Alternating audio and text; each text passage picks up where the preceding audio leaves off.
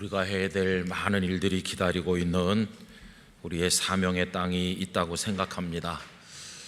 대한민국 안에도 삼천리 반도가 우리를 기다리고 있는 것이고, 전 세계 곳곳에 영락교회 성도들이 나가셔야 될 사명의 땅이 있을 것입니다. 여러 가지 어렵지만 우리가 더 용기를 내고 믿음을 내고 헌신해서 하나님의 일을 감당하는 충성스러운 청지기들이 되기를 간절히 바라고, 오늘 하나님 앞에 예배하시는 모든 성도들에게 성령님을 통한 은혜와 결단을 허락해 주시기를 진심으로 기원합니다. 여러분, 오이코스 우리가 그동안 해 나왔는데 오늘 이제 올해 마지막 요 책이 나왔어요. 다들 구하셔서 12월 말까지 달려가시고 하나님의 은혜를 매일같이 영혼에 담으시기를 부탁을 드리겠습니다. 오늘은 한 가지 질문을 드리는 것으로 말씀을 시작하려고 하는데요. 여러분, 골리앗이 되고 싶으세요? 아니면 다윗이 되고 싶으세요? 아니, 우리가 누가 골리앗을 좋아한다고, 골리앗이 되고 싶은 사람이 누가 있다고 그런 말도 안 되는 질문을 하나 생각을 하시죠? 근데 여러분, 우리는 벌써 골리앗이 됐던 적도 있었고 골리앗이 되기를 너무너무 원하면서 살고 있다는 걸 아세요? 이렇게 말씀드리면 잘 이해가 안 되실지 모르지만은 골리앗이라고 말하지 말고 조금 바꿔서 말하면 좀 달라질 겁니다. 골리앗이라는 말을 쓰지 말고 강자, 이렇게 말을 바꾸면 어떨까요? 여러분, 골리앗은 굉장히 강한 사람이었어요. 그가 얼마나 강한지 사무엘상 17장 4절 이하를 보면 이렇습니다. 블레셋 사람들의 진영에서 싸움을 도두는 자가 왔는데 그의 이름은 골리앗이요 가드 사람이라. 그의 키는 6규빗 한 뼘이요 머리에는 노투구를 썼고 몸에는 비늘 갑옷을 입었으니 그 갑옷의 무게가 놋 5천 세겔이며 그의 다리에는 놋 각반을 쳤고 어깨 사이에는 놋 단창을 메었으니 그 창자루는 배틀째 같고 창날은 철 600세겔이며 방패든 자가 앞서 행하더라. 뭐 여러 가지로 말했는데 한마디로 말하면 상대 못할 정도로 우람하고 크고 그리고 강하다, 이 골리앗이었어요. 그에 비해서 다윗은 아주 약합니다. 전쟁에 나갈 만큼 아직 나이도 안 됐고 칼 한 자루도 없고 가진 것이라고는 양모는 막대기야, 그리고 물매가 전부였어요. 후원자도 지지자도 없었습니다. 그가 아버지 이새에게 사랑받는 자녀이긴 했겠지만 아버지가 그를 뭐 크게 기대하진 않은 것 같죠.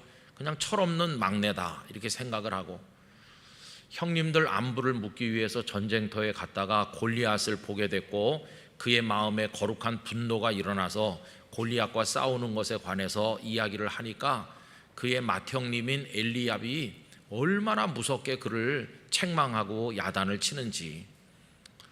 나중에 사울 왕을 만났는데 사울 왕조차도 너는 안 된다, 너는 골리앗을 이길 수 없어, 이렇게 말했습니다. 아무도 그를 믿어주거나 후원하는 사람 없었어요. 그냥 어린 애처럼 보였어요. 얼마나 연약해요. 그러니 골리앗은 상상도 못하게 강하고 다윗은 아주 약자고 그랬습니다. 그럼 이제 다시 질문을 해보는 거죠. 우리 성도님들이 골리앗 되기는 다 싫어하시는 것 같은데 이렇게 바꿔서 여쭤보겠습니다. 강한 사람 되고 싶으세요? 아니면 아주 약한 사람 되고 싶으세요? 이렇게 여쭤보면 답이 다르겠죠. 근데 뭐 여러분들의 답을 안 들어도 제가 다 알고 있어요. 우리는 다 강한 사람이 되고 싶어 하고 있습니다. 지금까지 살아온 게 그렇잖아요. 새벽부터 밤까지 뛰어다니시면서 어떻게 해서든지 자식들 공부 좀 시켜보려고 애쓰신 이유, 강한 사람 되고 싶어서죠. 우리 가정이 좀 강한 가정이 됐으면, 부모님의 그 수고를 아는 일찍 철든 자식들은 막 코피를 쏟아가면서 열심히 공부하는데 왜 그런가? 집안을 좀 일으키고 싶으니까, 성공하고 싶으니까요. 그리고 조금 힘 좀 있고, 그리고 사회적 영향력이 있는 사람 누구 있으면 어떻게 해서든지 줄을 좀 대가지고 도움을 좀 받고 싶어 했던 우리 그런 생각들 많았는데, 그거 왜 그렇게 하는 겁니까? 이 약육강식의 세계에서는 약자는 견딜 수가 없으니까, 어떻게 해서든지 좀 강해져야 살아남을 수 있으니까. 그래서 강자가 되려고들 노력하시지 않았어요. 여러분, 하나님 앞에 나와서 울고 또 울면서 가슴을 치면서 아버지 아버지 부르짖는 기도도 보면은 약한 것에 대한 탄식이고, 강하게 만들어 달라고 하는 부르짖음 아니었나요? 강하게 해달라고 울부짖었죠. 서름당하지 않게 해달라고. 그래서 조금 이렇게 형편이 좋아지고 뭐 자식들도 좀 잘 되고 그러면은, 하나님께서 나에게 복을 주셔서 내가 강해지는구나, 이렇게 기뻐하지 않았습니까? 하나님께서는 복을 주시는 분이시고, 복을 받으면 당연히 강해지는 거고, 그러니까 그렇게 되는 사람은 하나님을 잘 믿어서 그렇다. 뒤집어서 말하면 어떤 사람이 약자라는 것은 복을 못 받아서 그렇고, 복을 못 받았다는 것은 하나님을 제대로 믿지 못해서 그렇다. 이렇게 딱 구도화시켜서 생각해 오지 않으셨나요? 그럼 여러분, 왜 이렇게 다들 강자가 되려고 안간힘을 쓰는 것일까요? 이 질문도 하나마나한 질문일 것 같아요. 왜 그러냐 하면, 강해져야 이길 수 있으니까 그렇죠. 강한 자가 이기는 세상이니까, 그러니까 다 강자가 되려고 하는 거 아니겠어요? 그럼 여러분, 이 골리앗은 어떤 승리를 거뒀나요? 강자의 승리가 바로 골리앗의 승리죠. 이 골리앗은 가는 데마다 다 연전연승했을 것입니다. 아무도 그 강한 골리앗을 당해낼 수 없으니까 말입니다. 그러면 어디에 전쟁이 벌어지게 될 때 골리앗이 출전을 했을 텐데, 그러면 출전하는 마음이 어떤 마음이었을까요? 막 불안하고 두려움에 사로잡히고 막 가슴이 막 오그라들고 그랬을까요? 아닙니다. 그는 강하기 때문에 전쟁을 즐겼을 거예요. 그까짓 것들, 어린애 같은 것들 내가 가서 이 창 몇 번 휘두르면 끝난다, 아마 이런 마음으로 그는 늘 전쟁터에 나갔을 겁니다. 그럼 이제 한 가지 더 생각을 해봐야 되는데, 강하기 때문에 당연히 이기는 골리앗, 언제나 이기는 골리앗에게 이기고 난 그 다음에 짜릿한 승리의 기쁨이나 눈물겨운 감격이 있었을까? 이렇게 질문을 해보면 그 답은 뭘까요? 여러분, 이기고 난 다음에 감격이나 눈물이나 이런 거 없었을 겁니다. 왜 그러냐 하면 당연히 이기니까요. 늘 이기니까. 그래서 골리앗의 승리, 다른 말로 바꿔서 강자의 승리는 어떤 승리냐 하면 당연히 늘 이긴다. 그리고 이기고 나도 별로 짜릿함이 없다. 당연히 이기는 거니까. 이게 골리앗의 승리요, 강자의 승리가 가지는 특징이라고 말할 수 있습니다. 자, 이제는 우리 얘기를 좀 해봐야 될 차례인데요. 지나간 몇십 년 동안 우리 한국교회는 골리앗을 그렇게 싫어하면서도 골리앗이 되고 싶어 했고, 또 실제로 골리앗처럼 강하기도 했습니다. 구한말에 이 땅에 복음이 들어온 이후에 다 우리 국민들이 글을 읽을 줄 모르고 뒤떨어져 있었는데, 눈을 먼저 뜬 건 성도들이었어요. 교회 다니는 사람들은 글을 깨우쳤고, 자극을 받아서 학교를 세웠고, 자식들을 공부시켰고, 이런 훈련을 받은 우리들의 자녀들은 다 사회 각계각층에 나가서 민족지사, 우국지사들이 됐고, 나라를 건져보려고 하는 지도자들 대부분이 다 기독교인들이었어요. 그리고 여러분, 해방이 되고 나서 혼란기에 전쟁이 있었는데, 그 전에 우리 남쪽에만 대한민국이 건국이 됐잖아요. 근데 대한민국이 자유민주주의라는 깃발을 들고 건국이 됐는데, 그 배후에는 기독교 국가라고 하는 미국과 서방의 여러 나라가 있었습니다.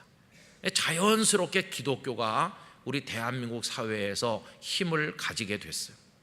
숫자로는 다수가 아니었지만은 그럼에도 불구하고 이 기독교는 우리 사회 여론을 형성하는 지도층에 많이 포진되어 있었고, 뭐 행정부, 입법부, 사법부 할 것 없이, 그리고 군대, 그리고 뭐 정치, 경제, 사회 여러 분야에 하여튼 기독교인들이 많이 포진해서 우리 사회를 이끌고 나갔습니다.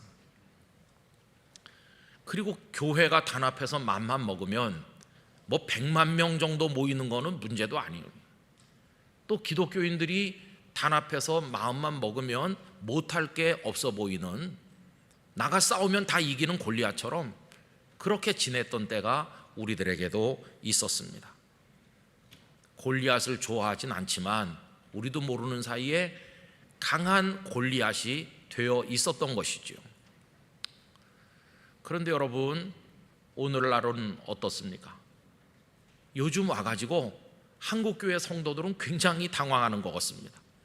왜 그러냐 하면, 지난 세월에는 아주 강해서 뭐든지 할 수 있었다고 하는 게 우리들의 모습이었는데, 지금은 아주 연약해져 가지고 할 수 없는 게 너무나도 많다고, 이제는 내가 약자구나 이렇게 생각하는 데서 오는 당황, 두려움, 그걸 많은 사람들이 느끼고 있는 것이죠.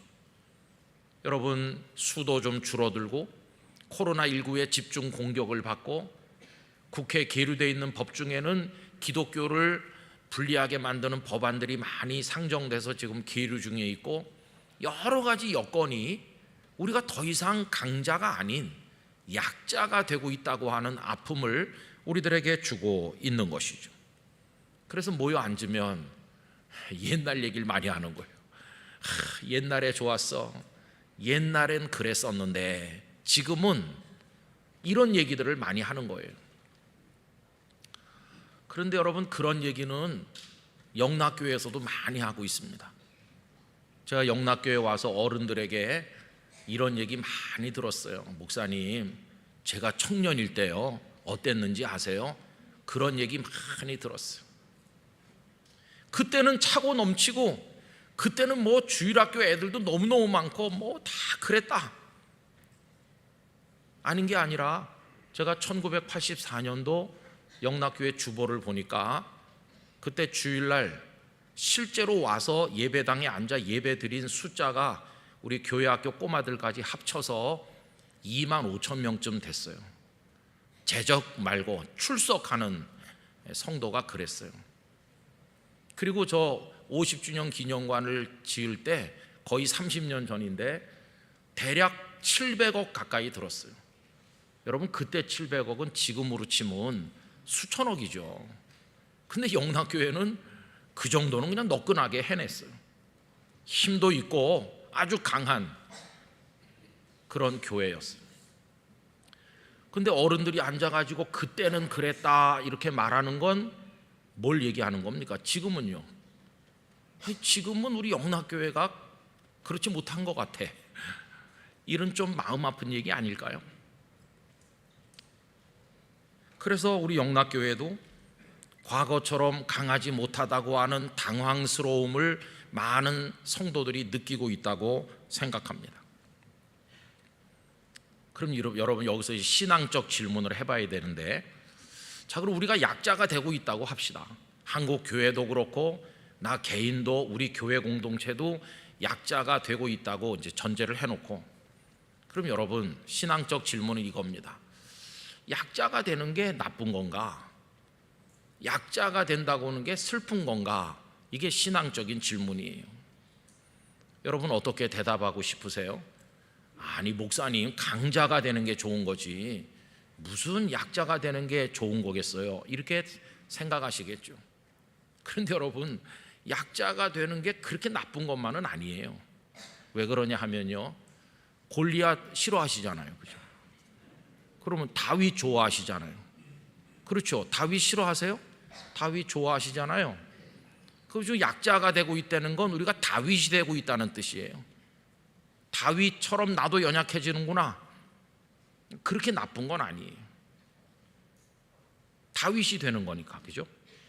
그 다음에 진짜로 중요한 것은 뭐냐 하면, 약자가 되는 게 그렇게 나쁜 것만은 아니라는 뜻은 뭐냐 하면, 약자도 이길 수 있기 때문이에요.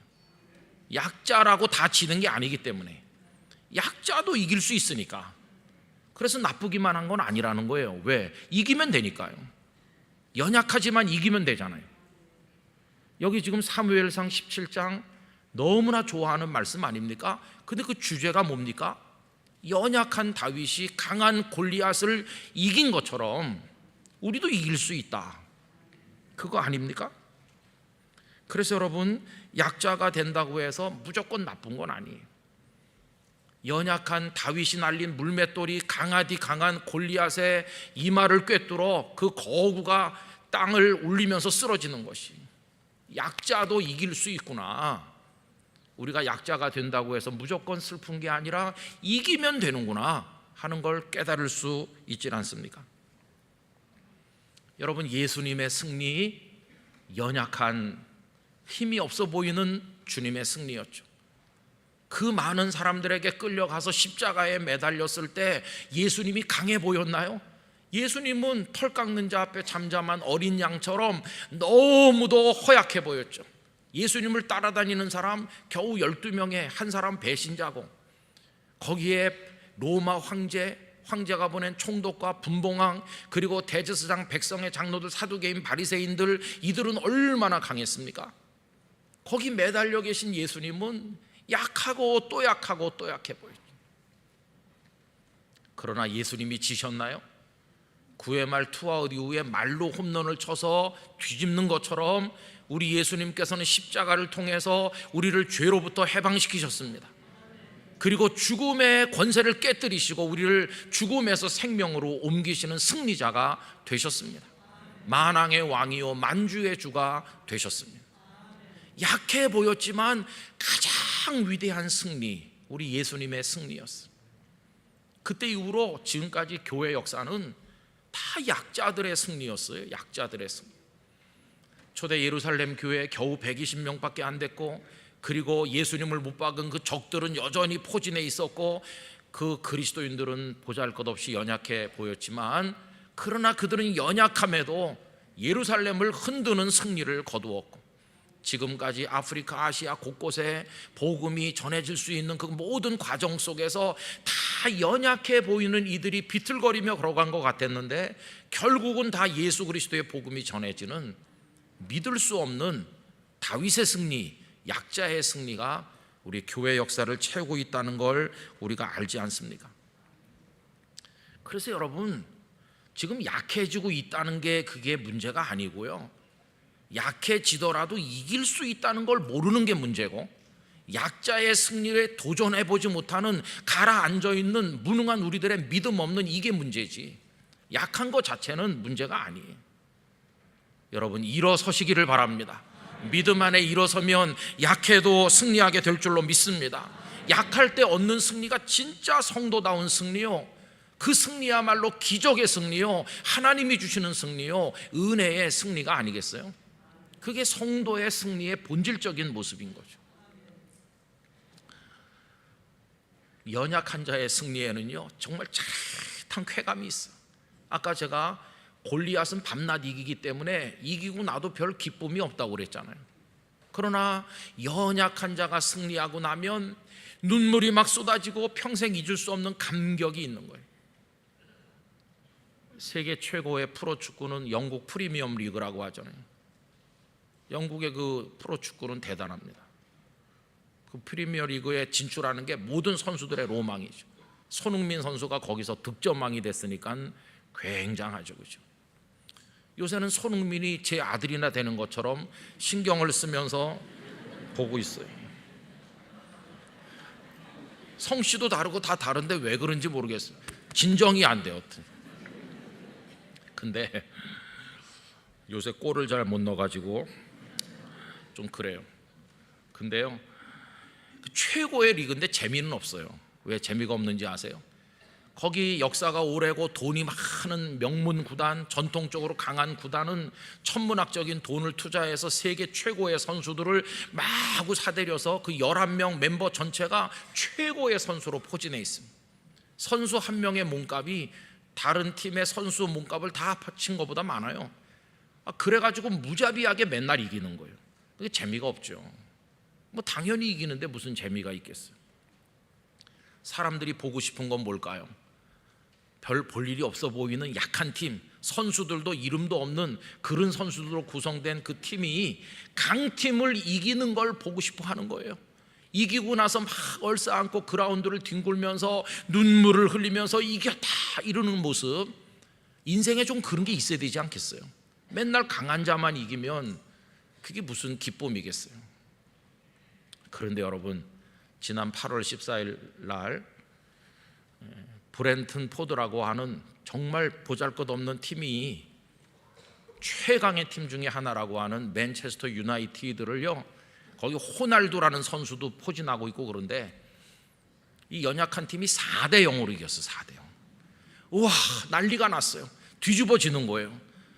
그 축구가 재밌구나 그런 생각이 드는 거예요. 얼마나 짜릿한 승리입니까? 강한 자가 이기는 데는 감각이 없지만 약자의 승리에는 말할 수 없는 감격이 있는 것이 프리미어 리그를 뒤집어 놨죠. 여러분, 우리 영락교회 성도들의 승리도 그런 승리가 되기를 원합니다. 약하지만 이기는 법을 배워야 되는 거예요. 약하지만 이길 수 있다는 걸 깨달아야 되는 것입니다. 그 감격 어린 승리의 기쁨이 우리 머리끝부터 발끝까지 우리 신경을 자극했을 때 하나님 감사합니다, 이게 터져 나오는 것이죠. 맨날 강해가지고 저절로 이기는 건 너무 싱겁잖아요. 그래서 여러분, 약해지고 있다는 거는 하나님의 기적을 경험할 기회가 다가오고 있다는 뜻이에요. 그래서 너무 슬퍼할 필요 없어요. 그러면 다윗의 그 약자의 승리는 어떻게 얻어졌나요? 첫째는요, 포기하지 않았기 때문입니다. 사울왕과 이스라엘 군인들이 전부 다 토굴 속에 들어가서 골리앗 앞에 얼굴도 못 내밀고 다 포기하고 있는데 다윗은 골리앗을 향해 나갔잖아요. 포기하지 않는다. 여러분, 지금 한국교회를 애워싸고 있는 이 불신앙의 세계, 무신론의 세계, 이런 악한 세계가 우리를 애워싸고 있지만 이 땅의 성도들이 포기하지 않아야 되는 것이에요. 그냥 탄식하면서 현실이 이렇다 이렇게 말하고 일어나면 안 되고, 그럼에도 불구하고 우리는 나가겠다 이렇게 돼야 되는 거죠. 그래야 승리가 오는 거예요. 저는 영락교회 성도님들에게 하나님께서 용기를 주시기를 원합니다. 일어나 나갈 수 있도록 해주시기를 원하는 것입니다. 우리 교회는 참 불리해요. 막 아파트가 바다같이 많은 가운데 교회가 있는 게 아니라 토요일과 주일에는 사람이 별로 없는 그냥 빌딩과 사이에 서울 한복판에 덩그러니 있어요. 성도들이 다 먼 데서 오셔야 돼요. 그러니까 참 어렵잖아요. 그러나 우리가 여러 가지 조건이 어렵지만은 우리가 포기하지 않고 일어날 때 우리는 거룩한 예배자가 되고 이 자리에 성령이 역사가 있고 기쁨으로 주를 위해 일어나는 하나님의 백성이 될 줄로 믿는 것입니다. 그래서 포기하지 않는 게 중요한 것이. 두 번째로, 연약한 자는 어떻게 승리하나? 하나님을 의지하고 믿음으로 승리하는 거예요. 하나님을 믿음으로. 그게 연약한 자의 승리 비결이에요. 여러분, 오늘 보면 45절 말씀, 우리 45절을 다 같이 큰 소리로 읽겠습니다. 다윗이 블레셋 사람에게 이르되 너는 칼과 창과 단창으로 내게 나아오거니와 나는 만군의 여호와의 이름 곧 네가 모욕하는 이스라엘 군대의 하나님의 이름으로 네게 나아가노라. 아멘. 살아계신 하나님의 이름으로 나가는 거예요. 우리는 본래 연약해요. 우린 연약하지만 하나님은 강하시니 그게 우리의 믿음인 것이죠. 나는 비록 약하나 우리 주님 강하시고. 요새는 왜 이런 찬송을 안 부르는지 모르겠어요. 우리는 연약하지만 하나님은 강하시다. 여러분, 전의 승리도 사실은 우리가 강해서 이긴 게 아닌데 우리는 약했어도 하나님이 붙드셔서 이긴 건데 그거 우리가 까먹어 버린 거 아닙니까? 여러분, 저는 그래서 우리 영락교회 성도들이 우리가 약해 이렇게 말하고 가만히 있지 마시고 도전하실 수 있길 바랍니다. 이제 우리가 배워야 될 게 뭐냐 하면 무릎으로 얻는 승리를 배워야 되고, 엎드려 부르짖음으로 얻는 승리를 배워야 되고, 눈물로 얻는 승리, 은혜로 얻는 승리, 기적으로 얻는 승리, 하나님의 능력으로 얻는 승리, 내 힘으로가 아니라 하나님이 도우시는 승리, 그걸 얻어야 되는 거죠.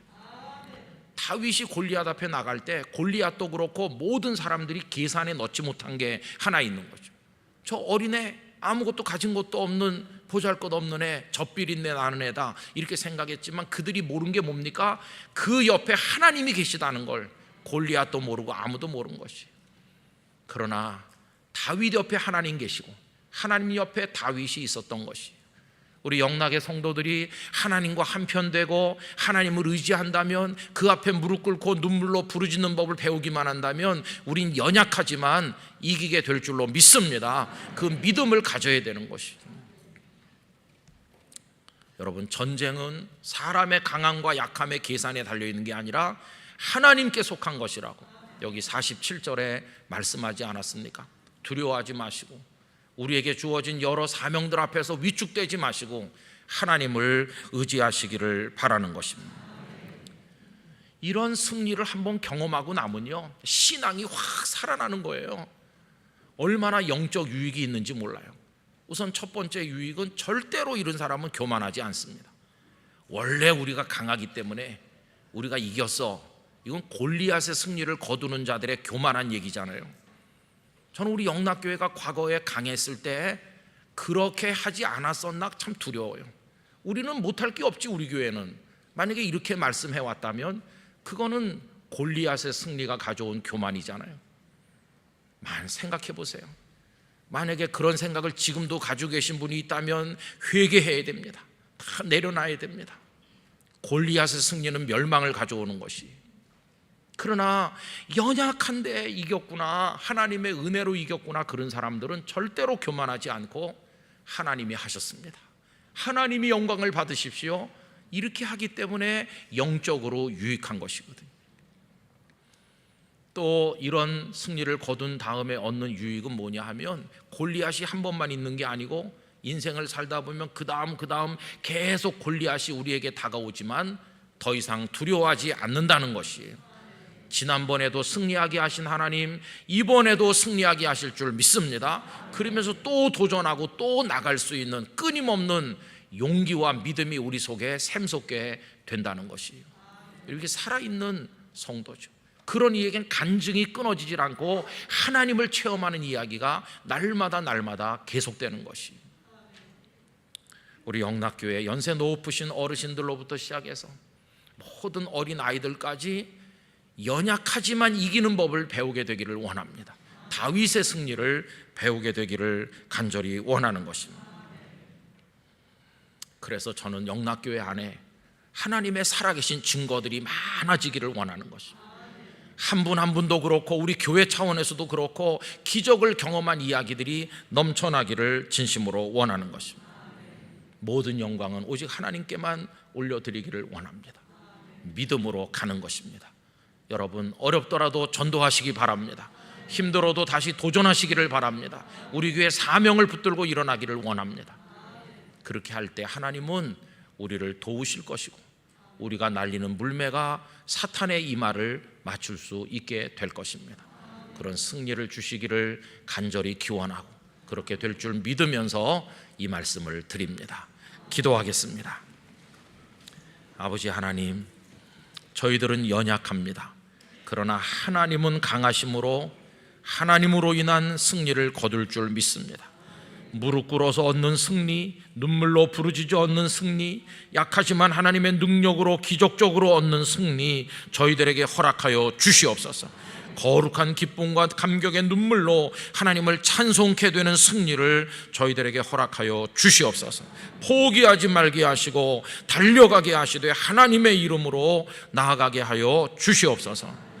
예수님의 이름으로 기도드리옵나이다. 아멘. 하나님의 은혜 감사드립니다. 오늘 아침 우리들을 죄악을 저지르는 자리에 있지 않게 하시고 하나님을 찬송하는 자리에 있게 하신 그 은혜에 감사를 드립니다. 그리고 우리로 하여금 병원 중환자실에서 의식이 없는 가운데 고통받지 않고 아직도 우리에게 건강과 기력을 주셔서 하나님의 집에까지 찾아올 수 있도록 해주신 그 은혜에 진심으로 하나님께 감사를 드립니다.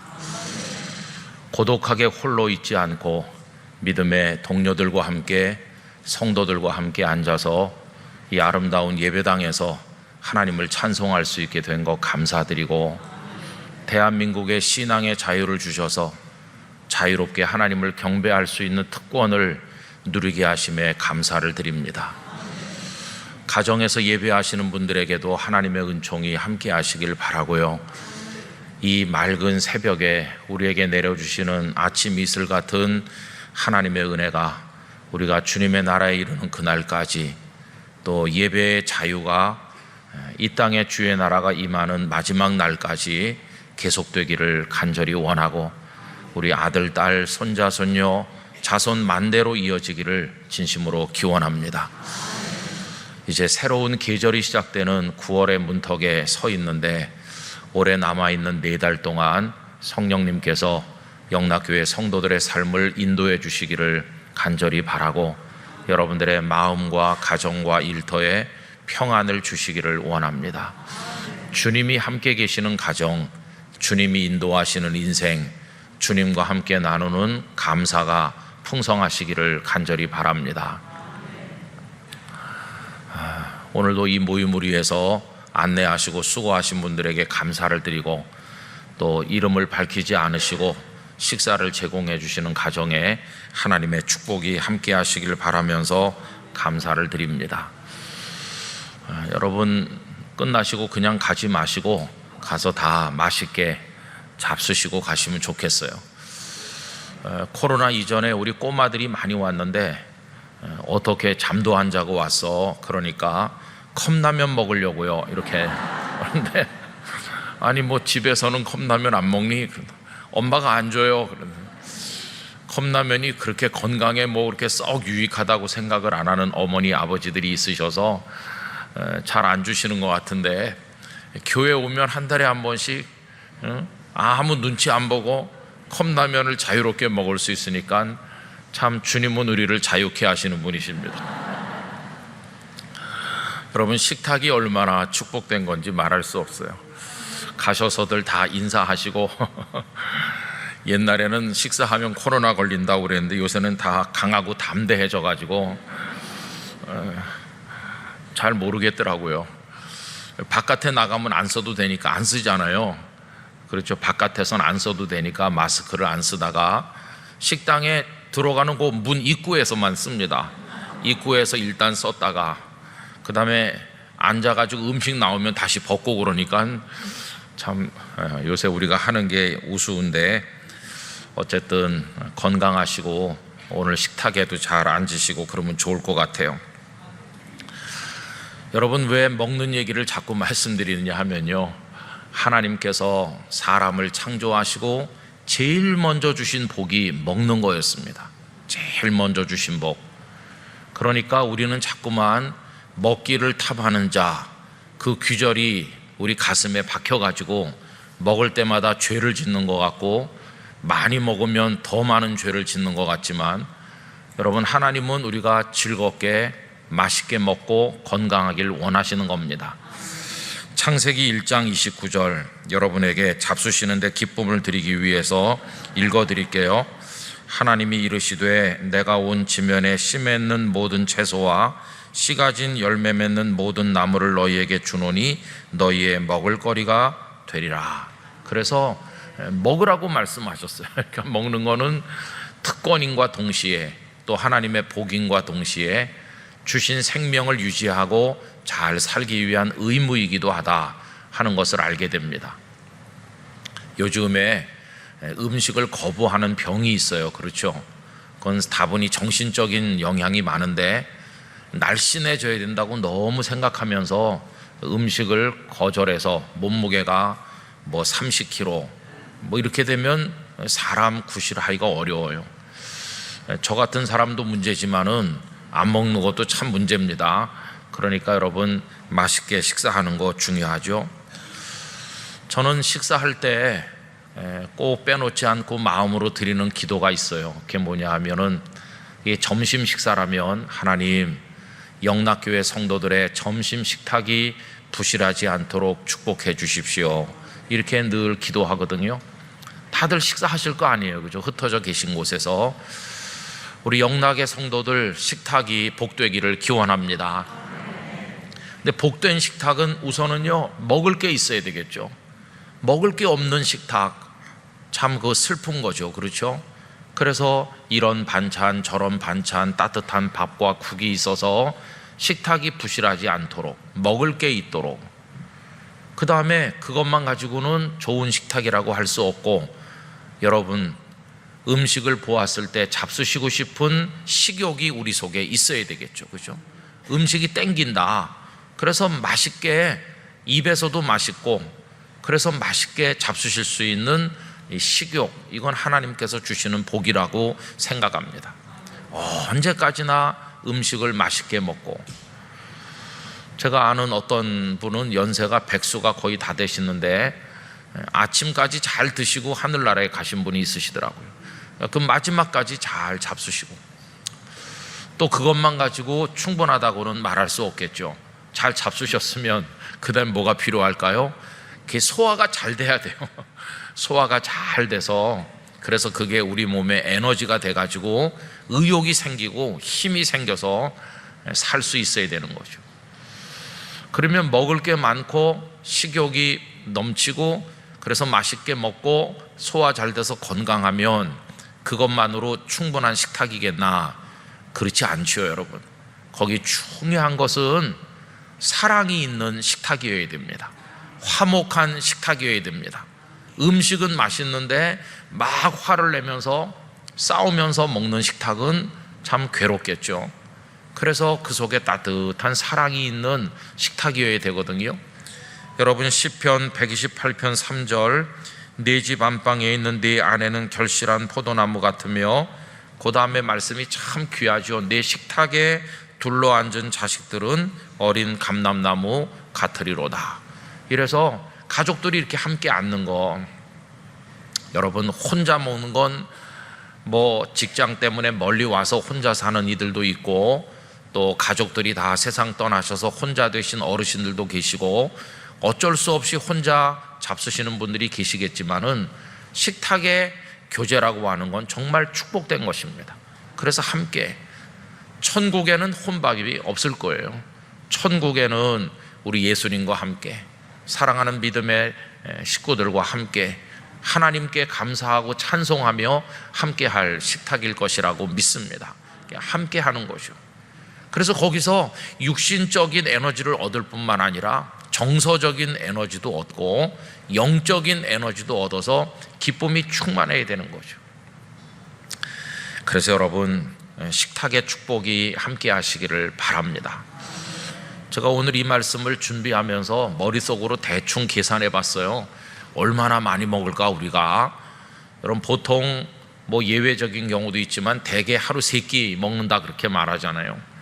어느 나라 말에나 아침, 점심, 저녁이라는 단어가 다 있는 거 보면 거의 대부분 다 하루 3끼 먹는 문화를 가지고 또 이런 우리 생리적인 반응을 가지고 살고 있는데, 그러면 1년이 365일이니까 그냥 300일만 계산해도 하루 3끼 먹으면 900끼가 되잖아요. 그죠? 900끼. 근데 365일이니까 한 1000번 먹는다, 이렇게 쉽게 생각할 수 있어요. 그러면 1년에 1000번을 먹는데 그걸 50년 먹으면 5만 번, 60년 먹으면 6만 번. 한번 따져보세요. 몇 번이나 식사를 하셨는지. 그런데 그 식탁이 다 감사가 넘치는 식탁이었나요? 막 허기가 져서 맛있다 그러면서 감사하게 먹고, 하나님께 감사 기도를 드리고, 같이 먹는 사람들 더 먹으라고 그러고 따뜻한 말로 격려하고, 그런 식탁은 그 중에 몇 번이나 있었을까? 아니면은 먹다 말고 숟가락 집어 던지면서 뛰쳐나온 적은 없었나? 그리고 또 먹고 나서 그게 얹혀가지고 그 다음 몇 끼는 제대로 못 먹고 또 그런 적은 없었나? 생각을 해보면, 여러분, 먹는 것처럼 기본적인 것은 없는데 이 먹는 것 속에 하나님의 축복이 들어있다는 사실을 알게 됩니다. 앞으로 우리가 몇 끼나 더 먹고 하늘의 식탁에 앉게 될지 모르겠지만은, 여러분, 식탁의 복을 위해서 늘 기도하시기를 바랍니다. 그건 부끄러운 게 아니에요. 하나님, 우리 가정에 식탁의 복을 주시고 저에게 식탁의 복을 주셔서 하나님 앞에 기쁨으로 먹고 살아가게 하여 주시옵소서. 그런데 일은 몇 가지만 있어가지고 그러면 식탁이 축복이 완성되는 것인가? 그건 아니에요. 결정적으로 중요한 게 하나 남아있죠. 그게 뭐냐 하면 먹고 나서 어디로 가는가 하는 것입니다. 이제 다 먹었으면 그 다음엔 뭘 하는가 하는 것이에요. 오늘 말씀의 제목은 먹고 일어나서 어디로 가는가 하는 거죠. 여러분, 우리 먹고 다 숟갈 놓고 일어나서 어디론가 갑니다. 근데 먹고 일어나서 어디로 가는지, 그게 그 식탁이 정말 복된 것인지를 결정한다고 하는 것이죠. 여러분, 오늘 읽은 본문 말씀에는 참 슬픈 이야기가 나오는데 다른 게 아니라 이스라엘의 초대 왕인 사울의 이야기입니다. 오늘 본문에는 사울의 마지막 식사, 사울의 생애 마지막 식사 이야기가 나와 있어요. 정말 슬픈 식탁이라고 할 수밖에 없습니다. 그가 수하들 몇 사람을 거느리고 엔돌이라는 곳에 갔는데, 이 엔돌에 간 이유는 어떤 여자를 만나기 위해서였습니다. 이때 사울은 그 마음이 다 죽어 있었어요. 블레셋이 대군을 몰고 쳐들어와서 이스라엘과 블레셋 사이에 전면전이 벌어지게 되었는데, 길보아 산을 중심으로 전선이 지금 펼쳐져 있고 한 나라가 완전히 무너져야 되는 대접전을 앞두고 있는 어려운 상황이었습니다. 그런데 그 곁에는 그를 도와줄 사람이 없어요. 언제나 그의 오른팔 역할을 하면서 전쟁터의 영웅이 되어서 나라를 구했던 다윗이라는 출중한 인물이 있었는데 자기 손으로 쫓아냈잖아요. 자기 손으로 쫓아내서 이제 다윗은 그 곁에 없고, 언제나 하나님 앞에 자신을 대신해서 기도해주고 거룩한 충고를 아끼지 않았던 사무엘 선지자도 세상을 떠나서 계시지 않고, 이 다급한 상황에서 누구와 통해야 되는 것인지 알 수가 없는 거죠. 그래서 그는 하나님 앞에 자기가 부르짖어 보기도 하고 또 선지자들을 통해서, 제사장을 통해서 하나님의 뜻을 구하기도 했지만 하나님은 그에게 실망하셨기 때문에 아무 대답도 하지 않으셨어요. 여러분, 요 얼마 전에 금요기도회 시간에 이 본문을 말씀드렸는데, 세상을 살면서 우리가 경험하는 가장 충격적인 고통은 하나님과 끊어지는 것이, 하나님께서 대답하지 않으신다. 여러분, 본문 말씀 좀 올라가셔서 28장 5절과 6절을 보십시오. 절망의 상황이 나와 있죠. 28장 5절 6절 우리 성경을 다 같이 읽어보겠습니다. 사울이 블레셋 사람들의 군대를 보고 두려워서 그의 마음이 크게 떨린지라. 사울이 여호와께 묻자오되 여호와께서 꿈으로도 우림으로도 선지자로도 그에게 대답하지 아니하심으로. 하나님과 그냥 딱 끊어졌어요. 하나님, 저 죽게 됐습니다. 좀 어떻게 하면 될지 알려주세요. 그래도 아무 대답이 없어요. 여러분, 상황이 어려운 것은 절대 절망이 아닙니다. 하나님께로부터 응답이 오기만 한다면 그 절망을 이길 수 있을 줄로 믿습니다. 그런데 문제는 하나님으로부터 아무 답이 없는 상황, 이게 절대 절망의 상황이죠. 골리앗 때문에 망하는 게 아니고 여리고성 때문에 좌절되는 게 아니라 하나님의 응답이 없으면 좌절되는 것입니다. 하나님만 손을 내미시면 골리앗을 이길 수도 있고 여리고성을 무너뜨릴 수도 있는 거죠. 그래서 우리 성도들은 언제나 하나님과 교통할 수 있는, 하나님과의 교제의 통로가 열려 있어야 되는 것이죠. 영락교회 성도 여러분, 하나님과 기도의 문을 열고 사시기를 바랍니다. 하나님의 응답이 언제나 임하는 영적 삶을 누리시기를 기원합니다. 하나님과 이게 통해야 되는데 사울은 다 끊어졌어요. 그가 언제 하나님 앞에 진실한 기도를 드려본 적이 있나요? 눈물로 회개한 적이 있나요? 하나님 앞에 시를 지은 적이 있나요? 150편 시편 중에 다윗의 시는 그렇게 많은데 사울 왕의 시 단 한 편도 없어요. 그는 영혼이 바싹 말라서 그래서 다 갈라터졌어요. 천년 만에 가뭄을 겪는다는 유럽의 여러 나라들처럼 이 사울 왕의 영혼은 다 마를 대로 마르고 다 갈라 터졌어요. 거기 지금 은총의 빗방울 하나가 필요한데 하나님은 응답하지 않으시는 거예요.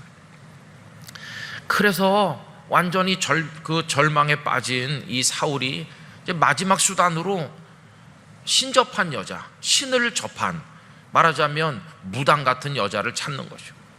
그가 한때 이스라엘 땅 안에서 그런 신접한 무당이나 점치는 사람을 모조리 추방해서 없었는데 그 수하들이 찾아냈어요. 엔돌에 한 여자가 있다고. 그래서 변장을 하고 그 여자에게 갔는데 그 여자는 사울의 정체를 알아보았어.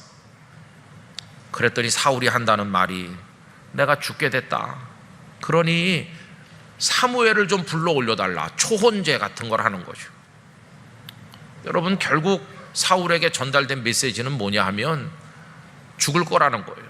내일 길보아산의 전쟁에서 너도 죽고 너의 세 아들도 죽을 것이다. 이게 그가 얻은 답이었어요. 여러분, 그 답을 얻고 나니까 그가 얼마나 절망했는지 오늘 말씀 20절에 보시기 바랍니다. 그의 절망을 볼 수 있죠. 사울이 갑자기 땅에 완전히 엎드러지니. 여러분, 지금까지 사시면서 다리가 풀리고 눈앞이 캄캄해져서 바닥에 완전히 이렇게 엎드러져 본 적이 있으세요? 이거는 완전한 절망인데 자기도 모르게 그냥 맥이 탁 빠지는 거예요. 갑자기 그냥 쓰러져 버렸어요. 그 두려움이 그를 사로잡았기 때문이죠. 이는 사무엘의 말로 말미암아 심히 두려워하며, 패전하고 너도 죽고 세 아들도 죽을 거라는 말이 그를 주저앉게 만들었어요. 또 그가 주저앉은 한 가지 이유가 더 있죠. 그의 기력이 다하였으니 이는 그가 하루 밤낮을 음식을 먹지 못하였음이니라. 블레셋의 대군을 바라보고 나니까 얼마나 절망이 됐는지 음식을 먹고 싶은 생각도 없었어요. 눈앞이 캄캄해졌어요. 여러분, 인생을 살면서 이런 일을 겪으면 안 되는데 지금 사울은 그런 지경이 된 거. 얼마나 다급하면 이 여인을 찾아왔겠습니까? 맥이 다 풀리고 아무것도 먹지 못한 채로 기력이 기진해서 그냥 전쟁을 하기도 전에 죽게 됐어요. 이제 그런 상황에서 여자가 왕을 위로하는 거예요. 내가 목숨을 걸고 당신을 위해서 내 초혼을 했다. 그러니까 당신도 내 청을 들어주세요. 그러면서 내가 음식을 준비할 테니 드시고 기력을 회복해서 가세요. 이렇게 하는 거죠. 그래서 그 여인은 자기 집에 있는 살진 송아지를 잡고 서둘러서 식탁을 준비했어요. 이제 곧 하나님의 진노 중에 죽을 사람이긴 하지만, 하나님께 버림받은 사람이긴 하지만, 그래도 한 나라의 왕이니 왕에 걸맞는 식탁을 내가 한번 준비해 보겠다. 그 여인으로서는 최선을 다해서 살진 송아지를 잡아서 식탁을 차렸어요. 여러분, 그 여인에게 받아먹은 그 음식이 사울왕의 최후의 식탁이 된 것이죠. 우리가 어떤 음식을 마지막으로 먹고 이 세상을 떠나게 될는지 아무도 알 수 없어요. 가족들과 함께 하나님 앞에 감사의 기도를 드리며 아까 앞에서 말씀드린 하나님의 복이 임하는 그런 식탁을 나누고 나서 하나님의 부르심을 받는 거 얼마나 행복한 일이겠어요. 여기 근데 사울은 신접한 여자가 차려주는 그 음식을 먹고, 그리고 그 다음엔 어디로 갔나요? 여러분, 오늘 본문 25절을 보시기 바랍니다. 다 같이 25절 읽어보실까요? 사울 앞에와 그의 신하들 앞에 내놓으니 그들이 먹고 일어나서 그 밤에 가니라. 오늘 말씀의 제목을 여기서 따왔습니다. 먹고 일어나서 가니라. 그걸 질문으로 만들었어요. 그 여인이 차려준 음식을 먹고 일어나서 그들은 어디로 갔을까요? 여러분, 그들이 간 곳은 길보아산 전쟁터였어요. 블레셋 군대가 기다리고 있는 그곳이었어요. 그 길보아산은 어떤 곳이 되었나요? 사울 왕의 죽음의 장소가 되었어요. 그의 생은 거기서 끝났어요.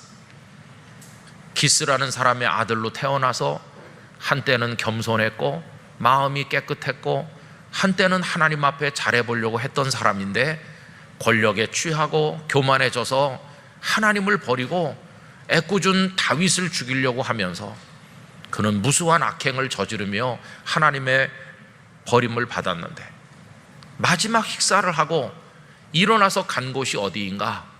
그 진노의 죽음, 그 죽음이 기다리는 곳으로 그는 걸어갔습니다.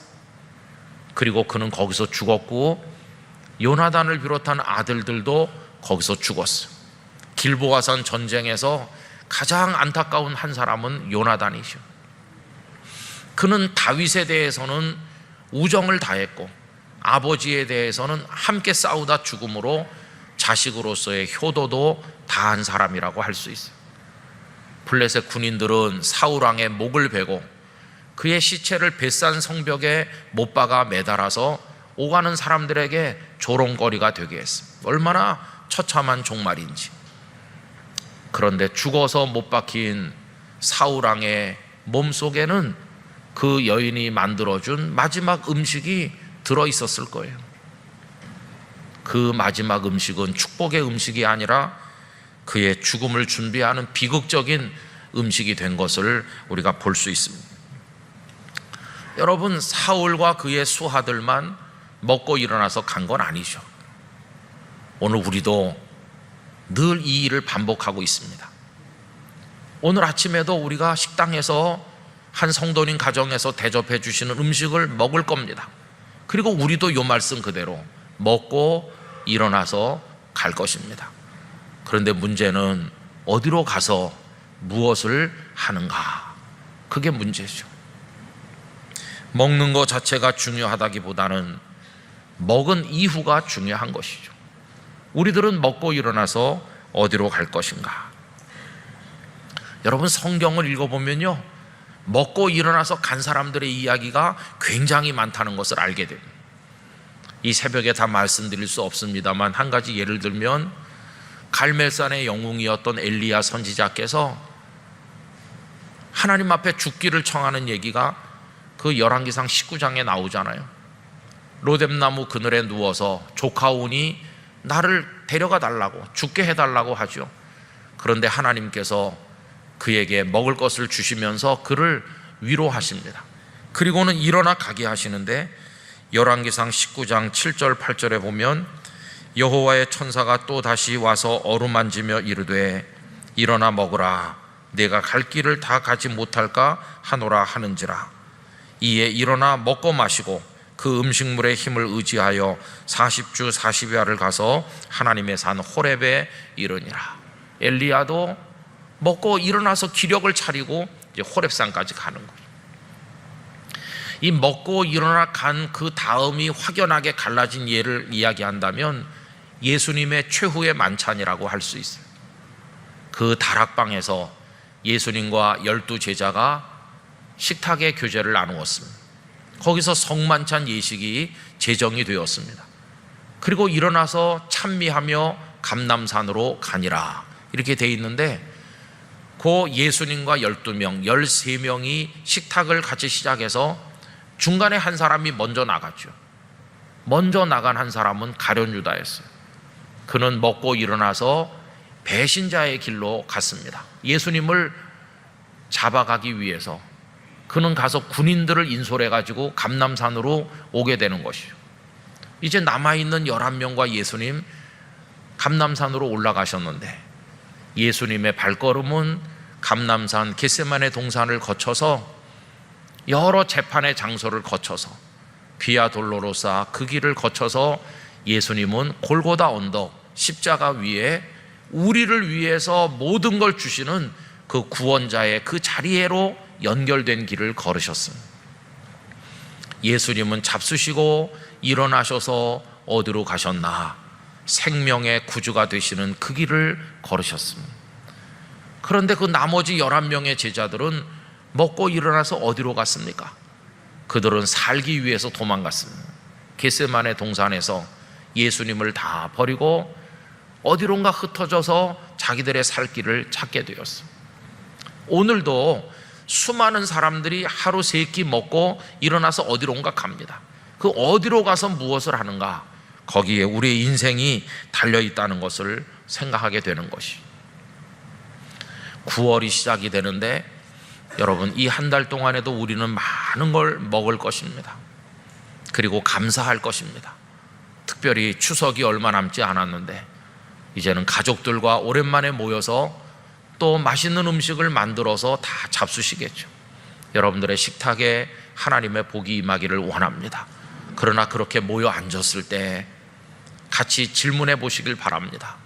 우리 가족들은 하나님이 축복으로 주신 이 식탁을 먹고 일어나 어디로 가는가? 우리 아들, 우리 딸, 내 남편과 아내 어디로 가는가? 가서 어떤 삶을 사는가? 주께서 기뻐하시는 삶을 살기 위해 가는가? 아니면 하나님의 마음을 아프게 하는 삶을 살기 위해서 가고 있는 것인가? 여러분, 점검을 해봐야 되겠죠. 사울은 그 이전에 무수히 먹고 일어나 어디론가 갔어요. 근데 사울은 그 이전에 어디로 갔습니까? 애꿎은 다윗을 죽이기 위해서 그는 3,000명의 군사를 거느리고 추격하는 길을 많이 갔어요. 먹고 일어나 다윗을 잡으러, 먹고 일어나 죄를 지으러, 먹고 일어나서 하나님의 마음을 아프게 하는 그런 일을 하기 위해 그는 무수히 그 이전에 그 길을 갔는데 결국은 맨 끝에 마지막 식사를 한 그 이후에는 죽음의 길로 가게 된 것이죠. 여러분, 우리는 먹고 일어나서 생명의 길을 걷기를 원합니다. 먹고 일어나서 사람을 살리는 일을 하기를 원합니다. 먹고 일어나서 하나님의 영광을 위해 살기를 원합니다. 먹고 일어나서 다른 사람을 위로하기를 원합니다. 먹고 일어나서 그 음식에 부끄럽지 않는 삶을 살기를 간절히 원합니다. 그렇게 계속 이어지면 그것이 하루의 삶, 이틀의 삶으로 만들어져서 그게 한 달의 삶이 되고 1년이 될 것이고, 먹고 일어나 아름다운 삶의 터전으로 나가 헌신할 때 그것이 우리의 인생 그 자체가 될 줄로 믿습니다. 그러다가 어느 날 마지막 식사가 우리 앞에 오게 되겠죠. 우리 영락교회 성도들이 마지막 식사를 병원에서 맞이하지 않았으면 좋겠습니다. 가족들과 함께 건강하게 마지막 식탁에 앉으면 얼마나 좋을까, 그런 생각을 많이 하고 있습니다. 여러분, 자신의 마지막 식사를 위해서 기도하시기를 바랍니다. 주여, 저의 생의 마지막 식탁은 평소와 다름없이 가족들과 함께 감사가 있는 식탁으로 받을 수 있게 해주세요. 그리고 영원한 식탁으로 옮겨가게 해주세요. 그런 기도를 드리는 것은 당연히 우리가 드려야 될 일인 기도인 것이죠. 그리고 우리는 주님을 기쁘시게 하는 길로 가는 것입니다. 주님 만나는 그 길로, 생명의 길로 우리들은 걸어가야만 될 것입니다. 사람들은 이렇게 질문합니다. 살기 위해서 먹는 것인가, 먹기 위해서 사는 것인가, 이렇게 질문하죠. 그 질문에 대한 답이 오늘 이 말씀 속에 다 나와 있다고 볼 수 있습니다. 그래서 언제나 주의 은혜로 우리 가슴 속에 먹고 일어나 어디로 가서 무엇을 할 것인지에 대한 사명감이 충만하기를 바라고, 그리고 먹자마자 기쁨으로 달려가서 그 일들을 기쁨으로 감당할 수 있는 거룩한 에너지를 하나님께서 우리에게 주시기를 간절히 원하는 것입니다. 여러분, 육신의 음식을 먹으면 그것이 육신의 에너지가 되잖아요. 우리 성도들에게는 영혼의 식탁이 더 중요하다는 걸 잊지 마시기 바랍니다. 영혼의 식탁에 앉으면 그 다음에 영적 에너지가 주어질 것입니다. 먹고 일어나는데 여러분, 예배는 우리의 식탁이라고 할 수 있어요. 이 예배에서 주님께서 내려주시는 하늘의 만나를 우리가 배불리 먹게 되기를 원합니다. 그리고 예배가 끝나고 나가는 것은 이제 식사를 마치고 나가는 것과 같아요. 나가서 그 하나님 주신 성령의 능력을 가지고, 그 힘을 가지고 하나님을 기쁘시게 하는 삶을 살게 되기를 원합니다. 그래서 육신의 식탁을 풍성하게 차리려고 애쓰시는 것처럼 영혼의 식탁도 풍성하게 차리기 위해서 준비하시고 사모하시기를 바라는 것입니다. 육신의 식욕이 없는 걸 걱정하는 것 그 이상으로 영혼의 식욕이 없는 걸 걱정해야 됩니다. 음식을 봐도 땡기지 않는 게 큰 병인 것처럼 하나님의 말씀을 읽어도 읽고 싶은 생각이 없고 말씀을 들어도 그 말씀이 귀에 들어오지 않으면 내 영혼의 식욕이 다 죽은 것이에요. 사람이 떡으로만 사는 것이 아니요 하나님의 입으로부터 나오는 모든 말씀으로 산다고 하셨죠. 이 떡은 육의 식탁을 말하는 거고 하나님의 말씀, 그 속에 담긴 은혜, 그 능력은 영혼의 식탁을 말하는 건데 두 식탁이 다 풍성하시고 두 식탁의 식욕이 다 충만하시고 충분히 드신 다음에 육적 에너지도 영적 에너지도 충만하셔서 하나님의 영광을 위해 달려가시기를 기원하는 것입니다. 저는 영락교회가 영혼의 식탁을 잘 차리는 교회가 되기를 원합니다. 여러분들이 가정에서 같이 있을 때, 그리고 오이코스 말씀을 나눌 때, 혼자서 말씀을 읽을 때, 예배 공동체에서 같이 예배하며 찬송하고 같이 말씀을 나눌 때 영락교회 하나님께서 하늘의 만나로 아름다운 식탁을 차려주셔서 우리 성도들이 영혼의 배부름을 얻기를 원하는 것입니다. 여러분, 내일은 9월의 첫 주일인데 내일도 예배를 통해서 우리에게 풍성한 식탁을 주시기를 원합니다. 다 예배당에 오셔서 함께 예배하고 우리가 힘을 얻어 나가서 악한 사탄과의 싸움에서 승리하면서 먹고 일어나 가는 그 다음의 삶이 부끄러운 삶이 아니라 하나님 앞에 아름다운 삶이 되기를 진심으로 기원합니다. 오늘 이 말씀이 이 자리에 계신 성도들뿐만 아니라 가정에서 함께하는 분들에게도 그대로 이루어져서 이 땅에서 승리하고 마지막엔 하늘나라 식탁에서 다 같이 만나게 되기를 주님의 이름으로 축원합니다. 기도하겠습니다. 거룩하신 하나님 아버지, 우리에게 하루 세 끼 음식을 내려주심을 감사합니다. 먹고 일어나서 힘을 얻어 사명의 자리로 달려가기를 원합니다. 지금까지 먹고 일어나 죄를 지으러 가고 하나님의 마음을 아프게 하러 갔던 적이 많음을 자복하오니 용서하여 주시옵소서. 우리에게 육신의 식탁뿐만 아니라 영혼의 식탁도 풍성하게 주시되 영락교회 식탁이 풍성해서 성도들이 영적으로도 배부름을 얻게 하시고 윤택하게 하시고 영적 에너지가 넘쳐나서 사탄과의 싸움의 승리자가 되게 하여 주시옵소서. 우리의 식탁이 천국의 식탁으로 이어지는 그날까지 하나님 저희들을 인도하여 주시옵소서. 이번 한 달 동안 성도들의 가정에 복을 주시기를 원합니다. 연약한 자들이 강건해지게 해주시기를 원합니다. 길을 찾지 못한 이에게 길이 보여지도록 열어주시기를 원합니다. 속을 썩이는 어려운 문제가 있다면 해결되게 해주시기를 원합니다. 사탄이 한 길로 왔다 7길로 도망가게 하여 주시옵소서. 사탄아 물러가라 명할 수 있는 영권을 우리 성도들에게 허락하여 주시옵소서. 깊이 기도하고 하나님의 능력으로 무장되게 하시고 성령의 은사를 허락하여 주시옵소서. 감사가 넘치게 하시고 세상은 어두울지라도 우리의 가슴 속에는 주님의 등불이 환하게 밝혀지게 하여 주시옵소서. 병약한 이들을 불쌍히 여겨 주시옵시고 곤궁한 이들의 가정에 은혜를 허락하여 주시옵시고 한 달 동안 계약하는 우리 자녀들의 학업을 축복하여 주시옵시고 수능시험을 준비하는 이들 시험이 다가옵니다. 취업을 준비하는 젊은이들 그 앞날에 복을 내려 주시옵소서.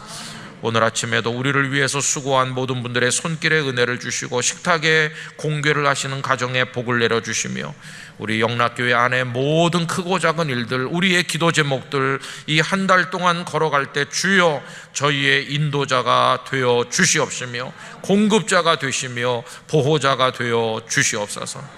주님의 은총을 믿습니다. 이제는 주 예수 그리스도의 은혜와 하나님 아버지의 사랑과 성령님의 교통하심이 모든 영락 가족들 한 분 한 분 위에와 가정과 식탁과 삶과 우리 교회 공동체 가운데 이 나라 위에 영원토록 함께 하시기를 축원하옵나이다. 아멘.